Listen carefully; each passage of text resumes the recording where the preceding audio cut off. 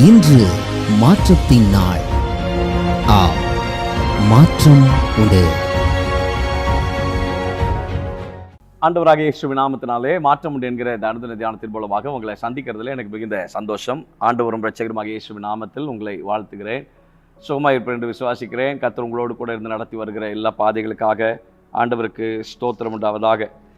லேவியராகமத்தின் புஸ்தகம் 25வது அதிகாரம் 21வது வசனத்தை உங்களுக்கு முன்பதாய் காண்பித்துக் கொடுக்க பரிசுத்த ஆவியானவர் அனுக்கிரகம் செய்வாராக. Leviticus chapter number 25 verse number 21. நான் 6ஆம் வருஷத்திலே உங்களுக்கு ஆசீர்வாதத்தை அனுக்கிரகம் பண்ணுவேன், அது உங்களுக்கு 3 வருஷத்தின் பலனை தரும். I will command my blessing on you in the 6th year, so that it will produce a crop sufficient for 3 years. 4வது வசனத்தில் ஆண்டவர் சொல்கிறார், 7ஆம் வருஷத்திலோ கர்த்தருக்கென்று ஓய்ந்திருக்கும் ஓய்வு தேசத்திற்கு இருக்க வேண்டும். அதில் உன் வயலை விதைக்காமலும் உன் திராட்சை தோட்டத்திலே கிளை கழிக்காமலும் தானாய் விளைந்து பயிரானதை அறுக்காமலும் திராட்சை செடியின் பழங்களை சேர்க்காமலும் இருப்பாயாக. தேசத்திற்கு அது ஓய்வு வருஷமாய் இருக்க கடவுது. உடனே ஜனங்கள் ஒரு கேள்வி கேட்கிறார்கள் 20ஆம் வசனத்திலே, அப்படி என்றால் 7ஆம் வருஷத்தில் எதை புசிப்போம்? நாங்கள் விதைக்காமலும் விளைந்ததை சேர்க்காமலும் இருக்க வேண்டுமே என்று சொல்வீர்களானால், உடனே தான் 21ஆம் வசனத்தை சொல்கிறார், நான் 6ஆம் வருஷத்தில் உங்களுக்கு ஆசீர்வாதத்தை அனுக்கிரகம் பண்ணுவேன், அது உங்களுக்கு 3 வருஷத்தின் பலனை கொடுக்கும். இன்றைக்கு இந்த வார்த்தையை பரிசுத்த ஆவியானவர் உங்களோடு பேச வேண்டும் என்று என்னை ஆழமாய் உணர்த்தினபடினாலே உங்களுக்கு முன்பதாக இந்த வார்த்தையை நான் வைக்கிறேன். இதை பார்த்து கொண்டிருக்கிற அநேகருக்கு இந்த வார்த்தை இன்றைக்கு ஒரு தீர்க்க தரிசனமான வார்த்தையை அமையட்டும் என்று நான் ஜெபிக்கிறேன். கர்த்தருக்கு மாத்திரம் உண்மையாக தேவனுக்கு கொடுக்க வேண்டிய நேரத்தை, கர்த்தருக்கு கொடுக்க வேண்டிய கனத்தை, கர்த்தருக்கு கொடுக்க வேண்டிய மகிமையில உண்மையாக நீங்கள் இருப்பீர்கள் சொன்னால், தேவன் தம்முடைய பிள்ளைகளை பார்த்து சொல்கிறார், 6 வருஷங்கள் நீங்கள் செய்ய வேண்டிய வேலைகள் எல்லாம் செய்யுங்கள். 7ஆம் வருஷத்துல நீங்கள் ஒன்றும் செய்யக்கூடாது. அது கர்த்தருக்கு என்று ஓய்ந்து இருக்கக்கூடிய அந்த வருஷம். அதுல நீங்க எதுவுமே செய்ய வேண்டாம். நீங்க சைலண்டா கர்த்தரை மாத்திரம் நீங்க ஆராதிச்சா போதும், தேவனை மாத்திரம் துதிச்சா போதும், கர்த்தருக்கு கொடுக்கிற நேரத்தை மாத்திரம் நீங்க கொடுத்தா போதும்.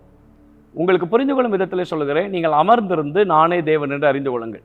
நீங்கள் அமைதியாய் கர்த்தருடைய செயல்களை பார்ப்பதற்கு காத்திருக்கக்கூடிய ஒரு நாளாய் அது இருக்கட்டும் என்று கர்த்தர் சொன்னபோது, ஜனங்கள் ஆண்டவரிடத்தில் கேட்கிறார்கள், ஆண்டவரே அப்படி என்றால் இந்த 7வது வருஷத்துல நாங்கள் என்னத்தை சாப்பிடுவோம்? எதையுமே விதைக்கவில்லை என்றால், எதையுமே அறுக்கவில்லை என்று சொன்னால் நாங்கள் எதை சாப்பிடுவோம்னு சொல்லும்போது, கர்த்தர் அவ்வளவு ஞானமற்றவரா? இஸ் an omnipotent God இல்லையா? omniscience God. பைபிள் சொல்லுது, 21ஆம் வசனத்தில் சொல்கிறார், 6வது வருஷத்துல 3 வருஷ பலனை நான் உனக்கு தந்துருவேன். 6ஆம் வருஷத்துல உங்களுக்கு ஆசீர்வாதத்தை அனுக்கிரகம் பண்ணுவேன், அது உங்களுக்கு 3 வருஷத்தின் பலனை கொடுக்கும்.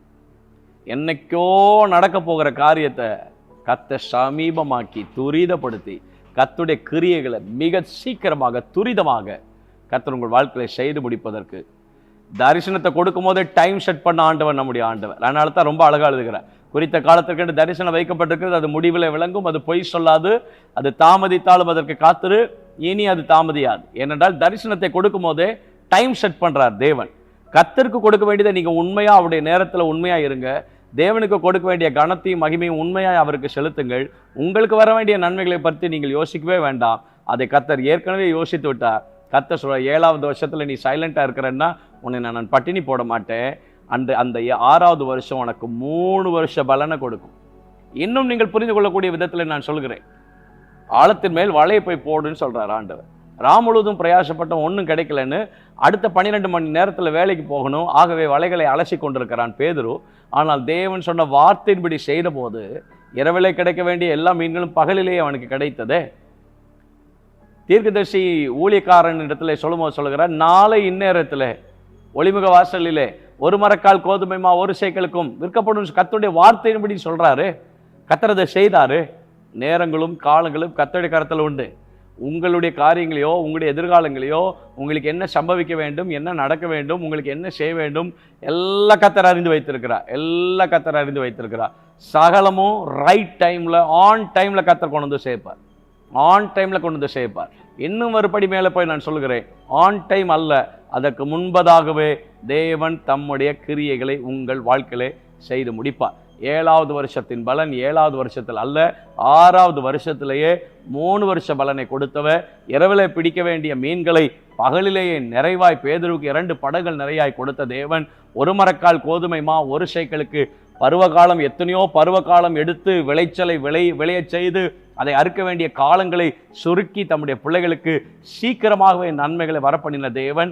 என்றோ நடக்க வேண்டிய சில நன்மைகள், என்றோ நீங்கள் எதிர்பார்த்து கொண்டிருக்கிற சில நன்மைகள் மிக சீக்கிரமாக உங்கள் வாழ்க்கையில் நடப்பதற்கு என் ஆண்டவர் உங்களுக்கு அனுக்கிரகம் செய்வாராக. இயேசுவின் நாமத்தில் உம்முடைய பிள்ளைகளுக்காக ஜெபிக்கிறோம். அந்த தெய்வீக நன்மைகளும் ஆசீர்வாதங்களும் பிள்ளைகளுக்கு அப்படியே கைகூடி வரட்டும், கைகூடி வரட்டும், கைகூடி வரட்டும். பரலோகத்தின் தேவனானவர் எங்களுக்கு காரியத்தை கைகூடி வர பண்ணினார் என்று தைரியமாய் கம்பீரமாய் சொல்லத்தக்கதாய் பிள்ளைகளை ஆசீர்வதித்து கனப்படுத்தும், மேன்மைப்படுத்தும். இயேசுவின் நாமத்தில் ஜெபிக்கிறோம் நல்ல பிதாவே, ஆமென். May God bless you. God will be with you. Amen.